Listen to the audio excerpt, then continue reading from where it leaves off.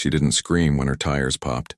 She just stood there in her designer boots, staring at the jagged strips of metal sticking out of the ground, then at me on my porch with my cup of coffee.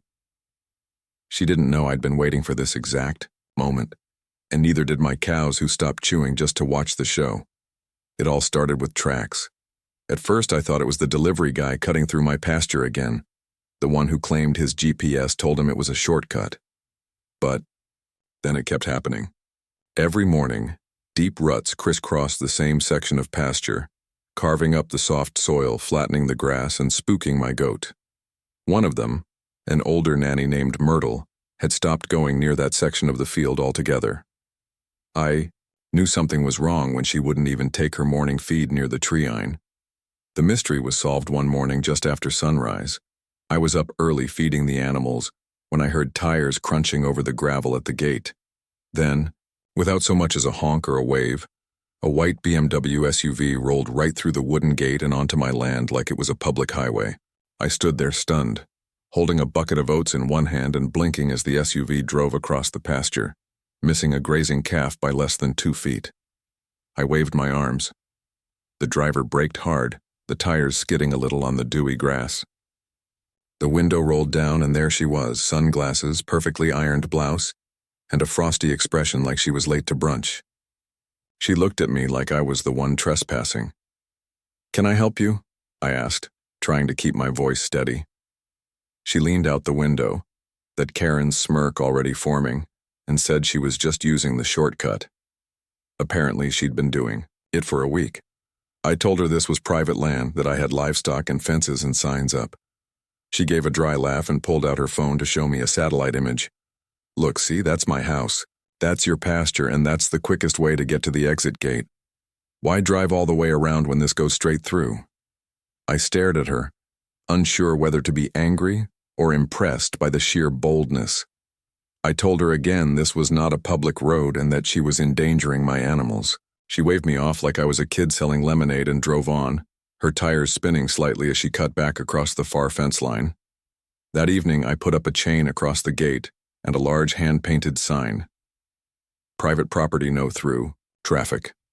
The next morning the chain was on the ground and the sign snapped in two, lying like a broken bone near a fresh set of deep tire tracks. My heart started pounding, not just from the damage, but the message behind it. This wasn't just disrespect anymore, it was deliberate. Over the next few days, the tension grew. My neighbors started asking about the tire marks. A few said they'd seen a white SUV speeding down our rural road. One of the older ranchers chuckled and said, "That woman acts like she owns half the county." I asked him who she was, and he said, "Oh, that's Karen, HOA president. Got more opinions than sense." I hadn't even realized she lived in the nearby subdivision.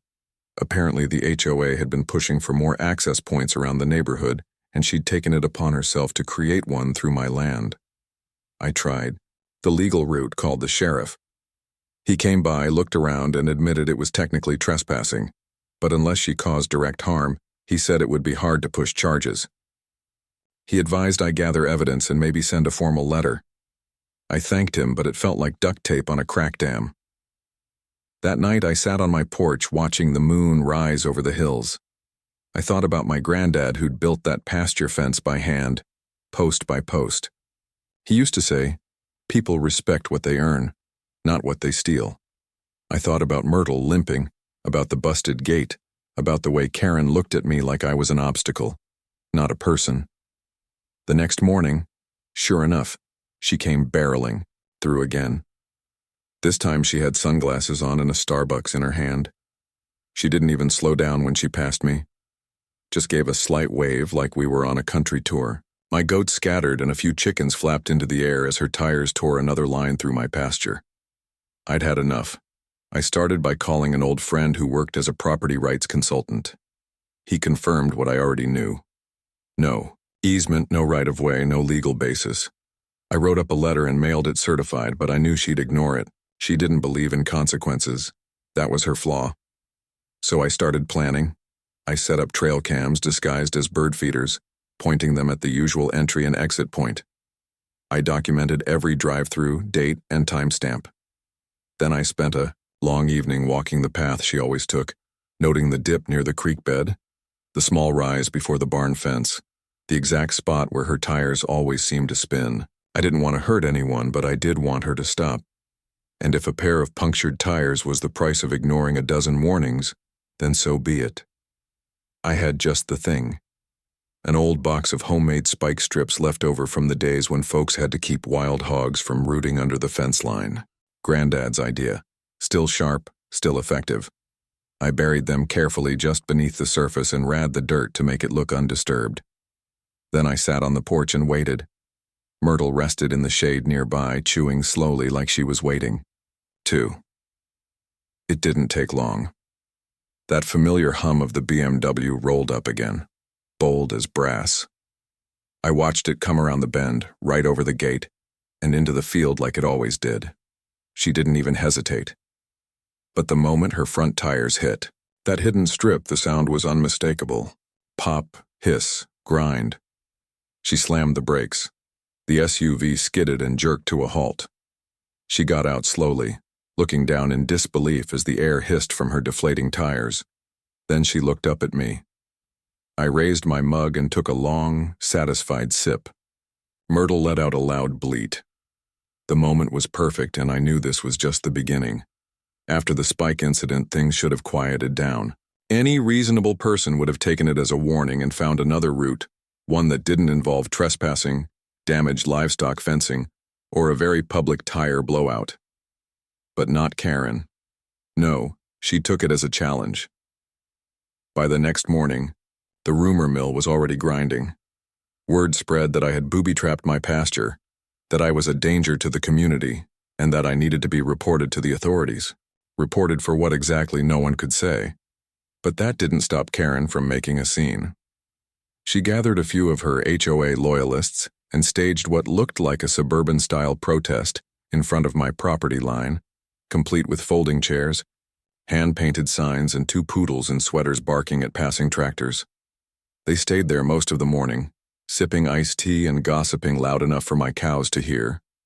One sign read, "Open access for all," which made no sense since this wasn't a public park or a community walking trail.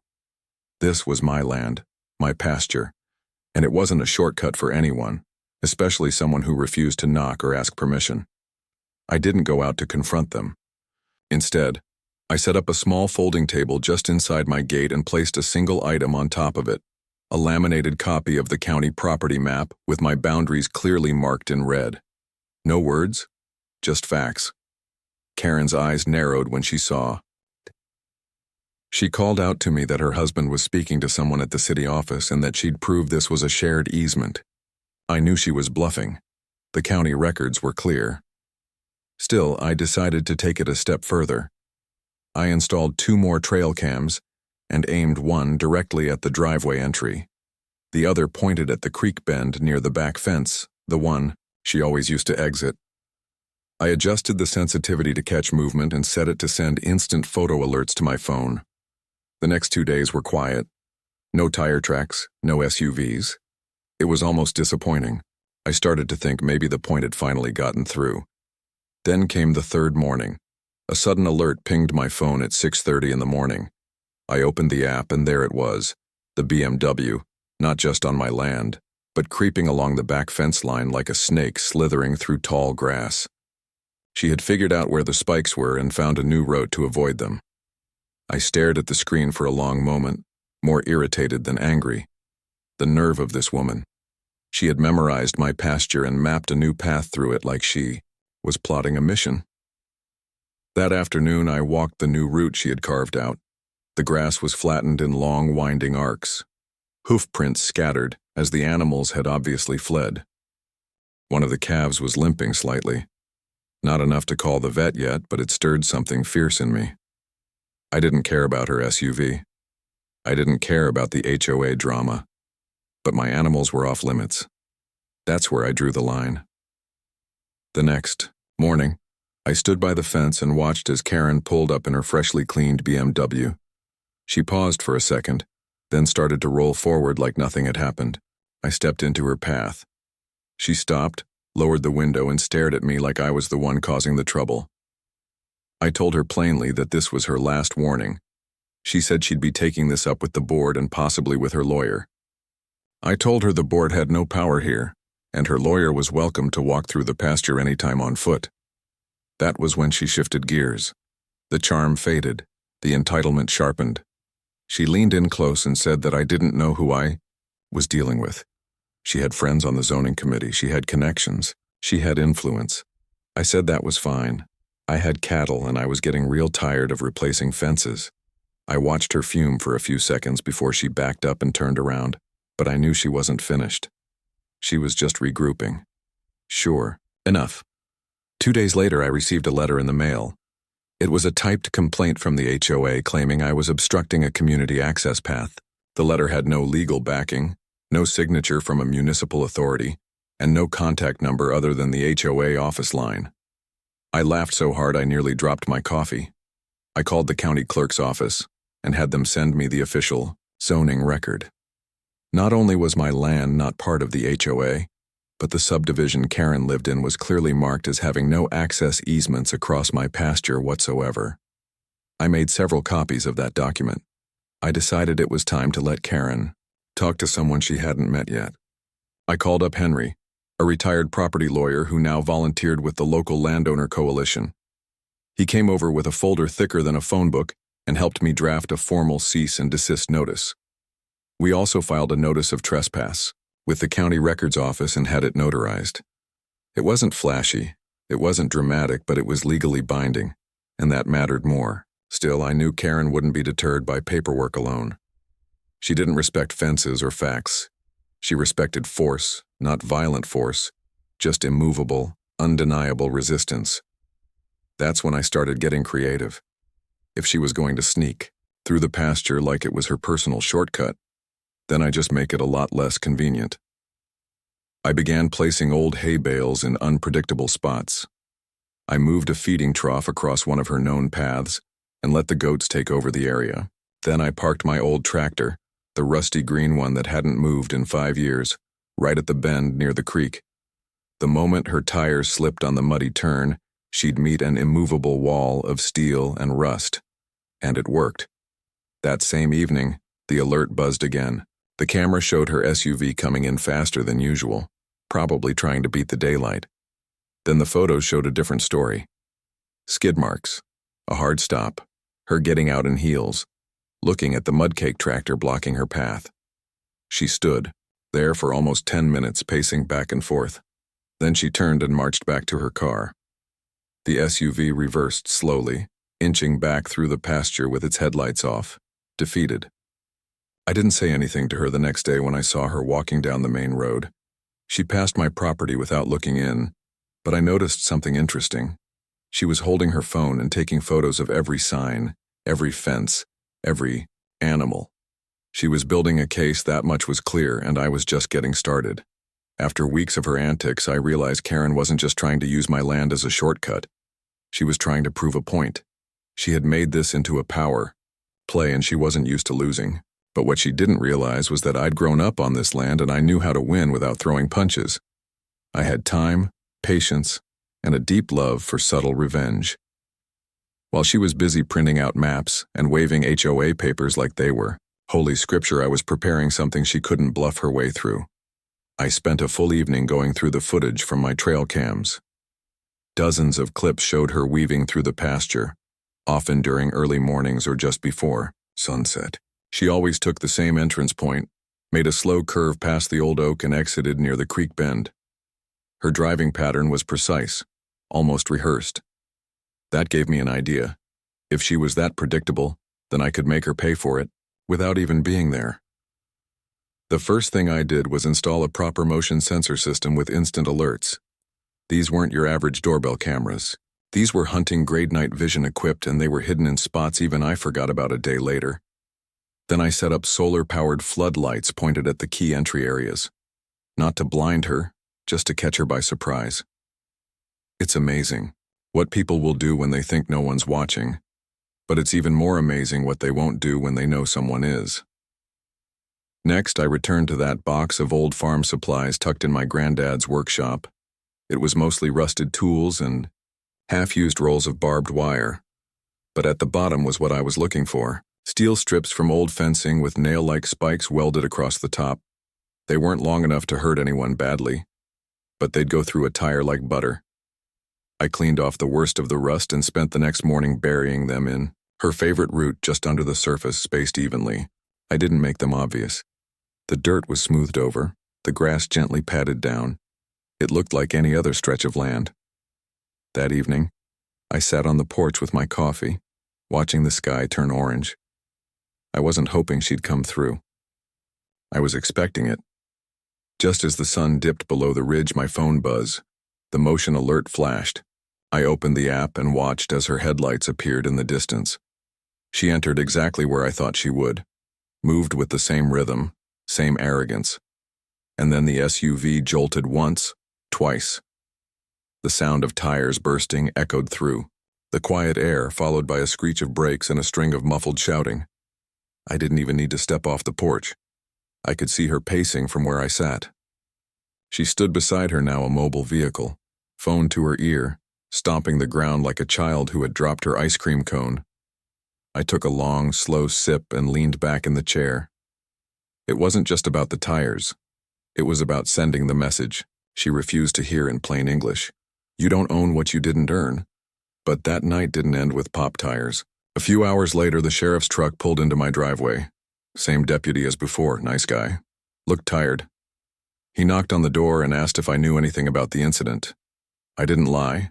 I told him she had been warned multiple times. I showed him the footage. I handed him the notarized trespass notice. He nodded, clearly annoyed that he was being pulled into another one of Karen's games. Said she was demanding I be charged with property sabotage, but since she had no legal right to be on my land in the first place, he said it was hard to charge someone for defending their own space. She didn't take that well. The next morning, I found her SUV parked across the road with a hand-painted sign leaning against it. It read, "Beware dangerous property," and listed my address. She wasn't trying to win anymore. She was trying to humiliate me. Problem was, everyone in the area already knew her reputation. So instead of siding with her, most folks drove by honking their horns and waving at me in support. One even brought me a plate of homemade pie and told me to keep up the good work. Turns out I wasn't the only one she'd been bothering. That afternoon, I got a call from my cousin Dean.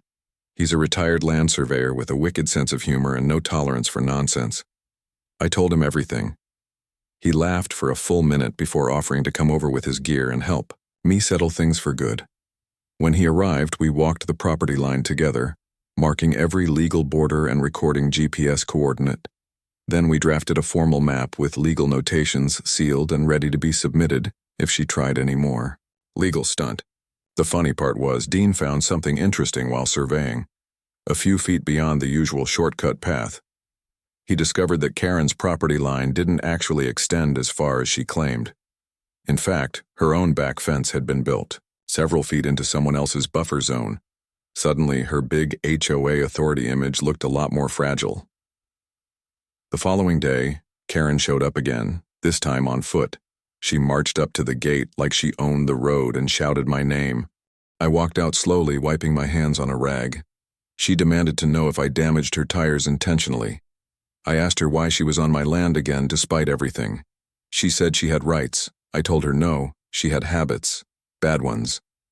She threatened to sue. I nodded and handed her a copy of the survey and legal zoning documents. She barely glanced at them before ripping the paper in half and storming off, muttering something about small-minded farmers. I figured that might be the last straw for her, but I was wrong again. Later that week, I started noticing a car parked at the corner of the pasture every evening. Someone with binoculars watching, taking notes. Karen had sent someone to gather evidence likely for a lawsuit or HOA meeting. That's when I decided to add a little theater to the whole thing. I placed several signs along the fence, each one stating the exact legal code for trespassing with added phrases like, "Violators will be recorded and prosecuted." I made sure to walk the edge of the pasture twice a day with a clipboard and a camera strapped to my chest, narrating everything out loud like I was filming a documentary. The binocular guy didn't last long after that. He left after 3 days, never returned. But Karen wasn't done. Not even close. She was preparing something. I could feel it. The pressure had shifted. She wasn't reacting anymore. She was planning.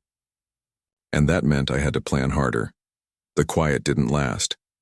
After a week of no sightings, no flattened grass paths, no new ruts in the soil, I had a gut feeling Karen wasn't giving up. She was just circling. The kind of silence that comes before a storm. Then, on a breezy Friday afternoon, it happened. I was filling the water troughs near the east pasture when I heard it. That awful grinding sound of rubber tearing against metal, followed by a screech and a long hiss. I dropped the hose and turned toward the sound.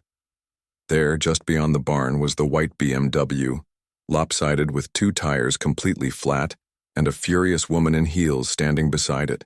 Karen had returned, and she had rolled directly into the second set of spikes. I walked up slowly, not rushing, because I knew better than to approach a Karen mid-eruption. She was already yelling into her phone, pacing in tight circles like a tethered goat. When she saw me, she pointed and screamed that I had gone too far, that this was premeditated sabotage, that she had a lawyer on the way, and this time she was going to make sure I paid. I didn't say anything.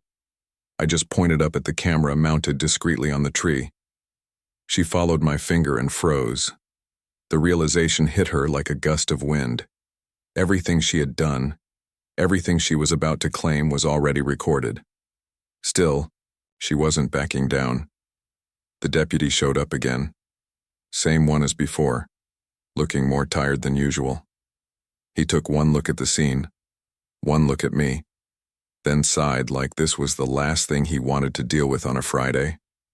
Karen launched into her speech, claiming I had intentionally created dangerous conditions on what she still insisted was a community access road.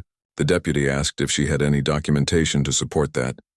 She produced a crumpled printout of an online map and some HOA pamphlet. He asked if she had been informed to stay off the property. I handed him a stack of paperwork, including the notarized trespass notice, the certified letter she signed for, and the county survey map.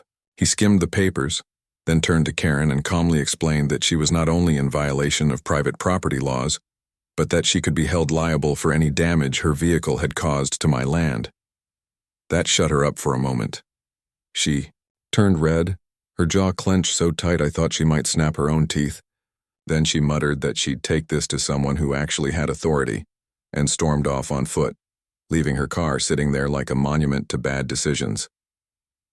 Later that evening, I got a knock at the door.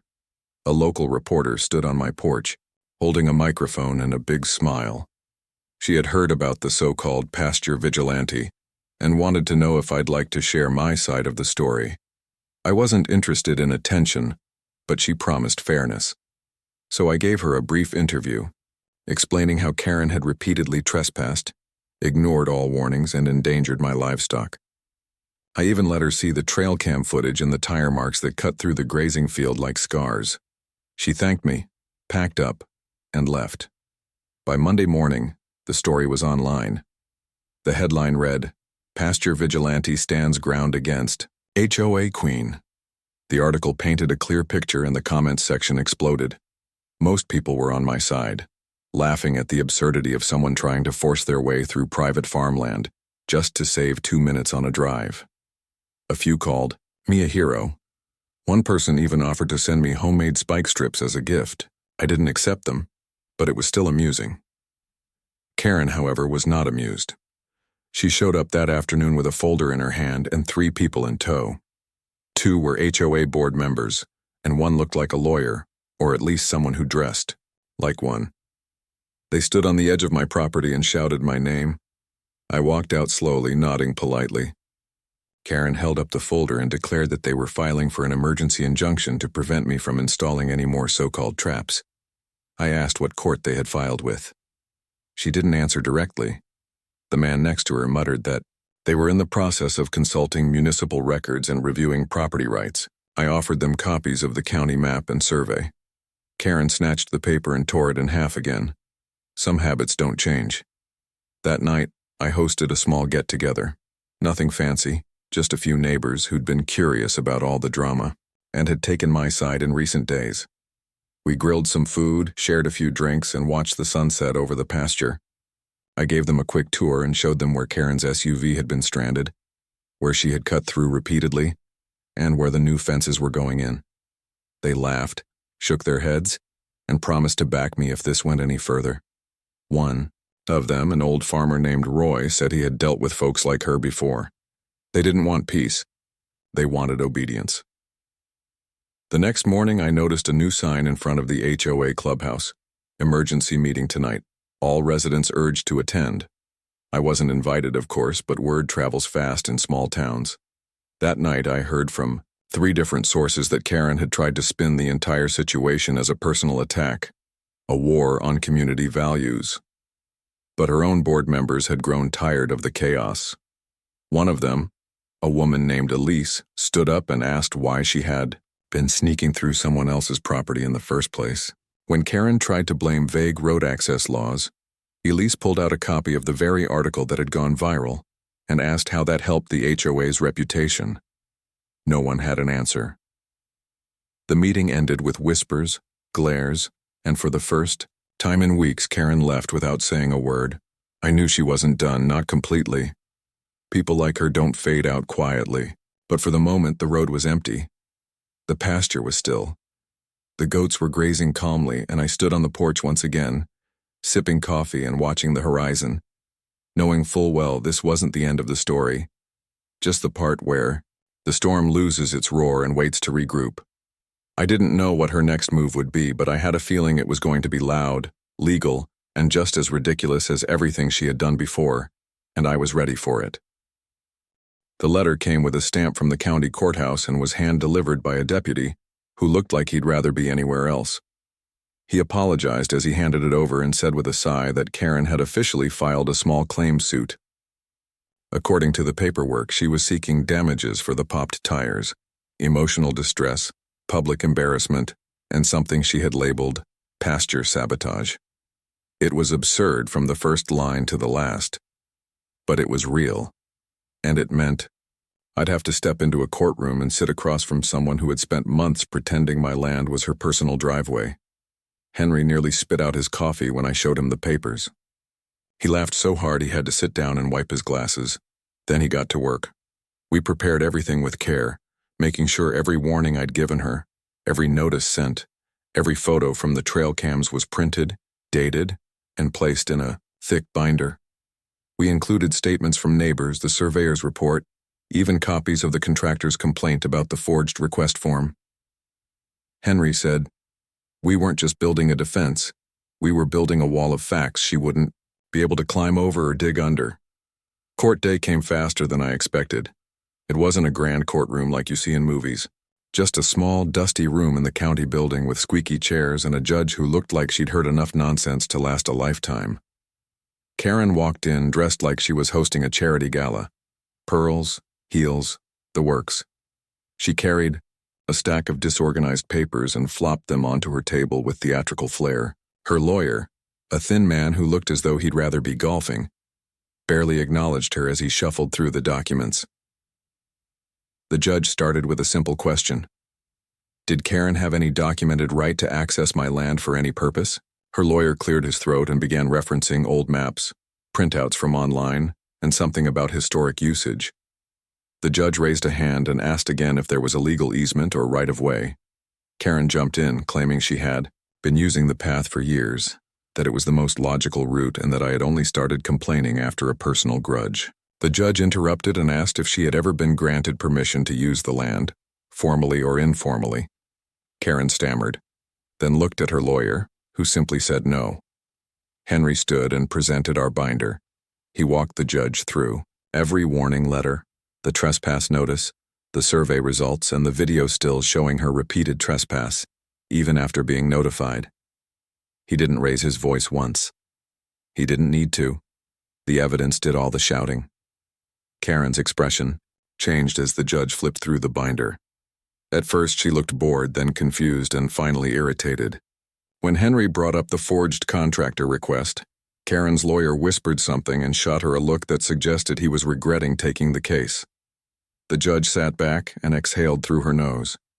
Then she looked at Karen and told her that she was not only in the wrong, but dangerously close to facing charges of her own if she continued to abuse public offices and forge requests. She dismissed the case, ruled in my favor, and added that Karen would be responsible for my court costs and damages to the property, including fence repair and vet expenses for the injured calf. Karen didn't scream. She didn't cry. She didn't even argue. She just sat there frozen, eyes wide, lips tight, like someone who had forgotten what losing felt like. When the hearing ended, she stood up and walked out without a word. Her lawyer followed a step behind, not even bothering to pack her papers, thought that would be the end. I really did, but I underestimated how hard it is for someone like her to accept public defeat. A few days later, I got word that Karen had filed an appeal. It was quickly rejected by the clerk's office for lack of standing, but the fact that she tried meant she still wasn't ready to let go. Then came the most unexpected twist of all. The HOA board called a special vote. Turns out Karen's legal drama had embarrassed the entire neighborhood. Her own neighbors had finally had enough of the bad press and the late-night shouting matches on her driveway. During the vote, which I was told was nearly unanimous, she was removed not just as president but from the board entirely.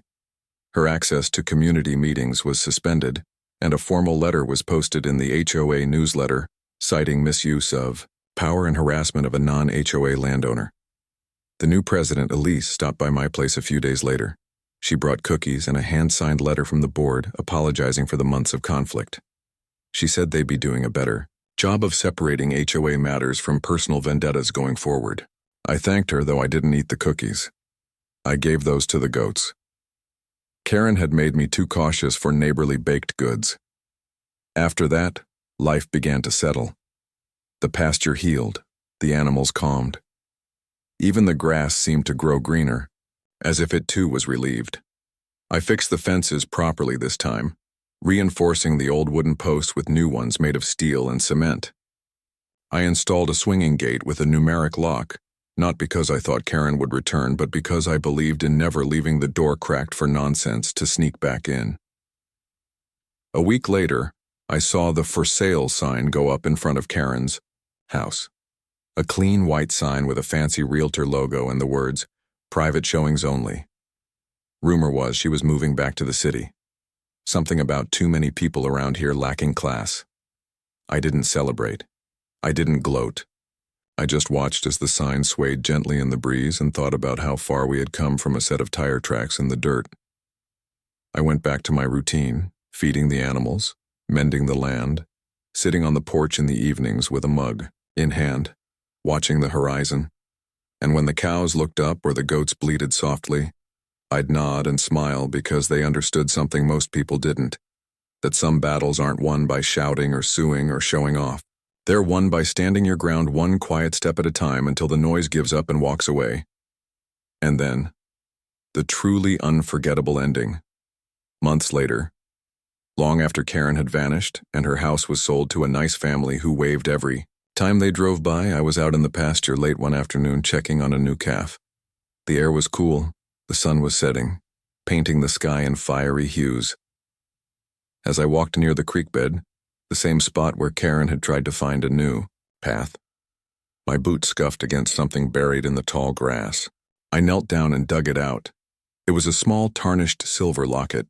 It looked expensive, the kind of thing someone like Karen would wear. It must have fallen off during one of her many unauthorized drives. I held it in my palm for a moment, feeling the weight of it, the history of the conflict it represented. I could have tossed it in the creek. I could have kept it as a strange trophy. But as I looked out over the peaceful pasture, the grazing animals, the strong fences, I realized something. This land wasn't about revenge. It was about resilience. It was about standing firm and letting the earth itself be your witness. So, I walked over to the old oak tree, the one she always passed, the one that had silently watched the whole spectacle. I found a sturdy branch and with a piece of baling twine, tied the silver locket to it. It hung there, catching the last rays of the sun, a small, glittering reminder of the storm that had passed. And as I turned to walk back towards the barn, a gentle breeze rustled through the leaves of the oak tree, and for a fleeting moment, I could have sworn I heard a faint, dry laugh carried on the wind. Not Karen's laugh. Something older, something tied to the land itself. A laugh that knew, with a quiet certainty, that no matter how loud the noise, The land always wins in the end. The locket swayed, a tiny pendulum marking the rhythm of a peace that had been hard won and would be fiercely protected.